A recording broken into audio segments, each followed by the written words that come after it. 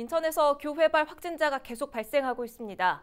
박남춘 인천시장은 방역 지침을 위반한 종교단체 구상권을 적극적으로 청구하겠다고 밝혔는데요. 취재 기자와 자세한 이야기 나눠보죠. 이재필 기자, 먼저 이 교회발 인천 지역 확진 상황부터 짚어볼까요? 네, 9월 3일 오전 9시 기준인데요. 서울 성북구 사랑제일교회와 관련한 지역 확진자는 51명이고요. 네. 서울 광화문 집회 관련 확진자는 17명입니다. 그리고 부평구의 모 교회 관련은 36명, 서구의 모 교회 관련은 38명, 계양구 기도 모임 관련해서는 12명인데요. 지금까지 언급한 교회 확진자들은 최근 한 달 동안의 통계입니다. 네. 인천 지역 전체 누적 확진자가 765명인데 최근 한 달 동안 발생한 교회 모임 관련 인천 확진자는 181명입니다.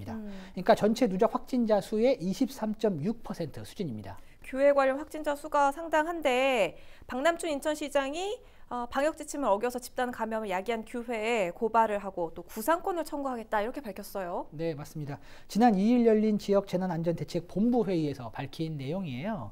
현재 사회적 거리두기 시행으로 이제 교회 같은 경우에는 대면 예배만 허용이 되고, 대면 예배가 아니라 비대면 예배만 허용이 되고 있거든요. 그렇죠. 그런데 일부 교회가 이를 무시하고 대면 예배를 지금 강행하고 있는 그런 상황입니다. 네. 단속을 예고했던 지난 30일에도 인천 지역에서만 23곳의 교회가 대면 예배를 시행했는데요. 그 참 답답한 상황이죠. 그렇죠. 이에 인천시가 우선 집단 감염을 유발한 지역교회 2개와 그리고 1개의 그 교회 모임에 대해서 구상권을 청구하겠다는 입장을 밝혔습니다. 방역 지침을 무시하는 일부 교회의 행동을 더 이상 좌시하지 않겠다라는 뜻으로 풀이되고 있습니다. 인천시뿐만이 아니라 사실 여러 지자체에서 구상권 청구하겠다 이런 뉴스를 매번 전해드리는데 정말 구상권을 청구하면 실제로 실현될 가능성은 얼마나 있는 겁니까?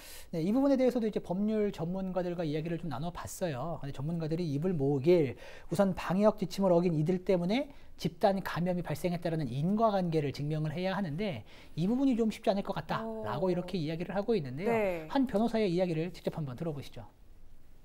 이런 비용 청구가 인정이 되려면 그 진단을 회피한 사람으로 인해서 추가 감염이 발생했다는 것이 확실하게 돼야 되고 그 사람의 고의 과실 때문에 감염이 됐다는 것이 그리고 그것으로 인한 비용과도 인과관계가 발생을 해야 되고 사실 손해배상에서 이렇게 그 단계가 좀 넘어가는 여러 단계를 가지고 있고 전염병 확산이라는 특징을 갖고 있는 이런 소송에서는 그 고의 과실이나 아니면 그 손해와의 인과관계를 입장에 매우 어려울 것으로 보입니다.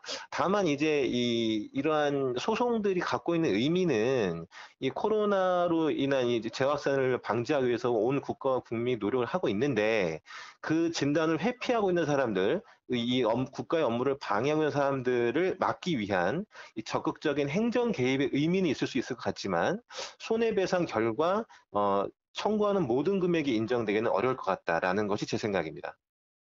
그렇군요. 그러니까 구상권을 청구해도 넘어야 할 과정이 많다 이런 설명인 거예요. 잘 들었습니다. 이재필 기자.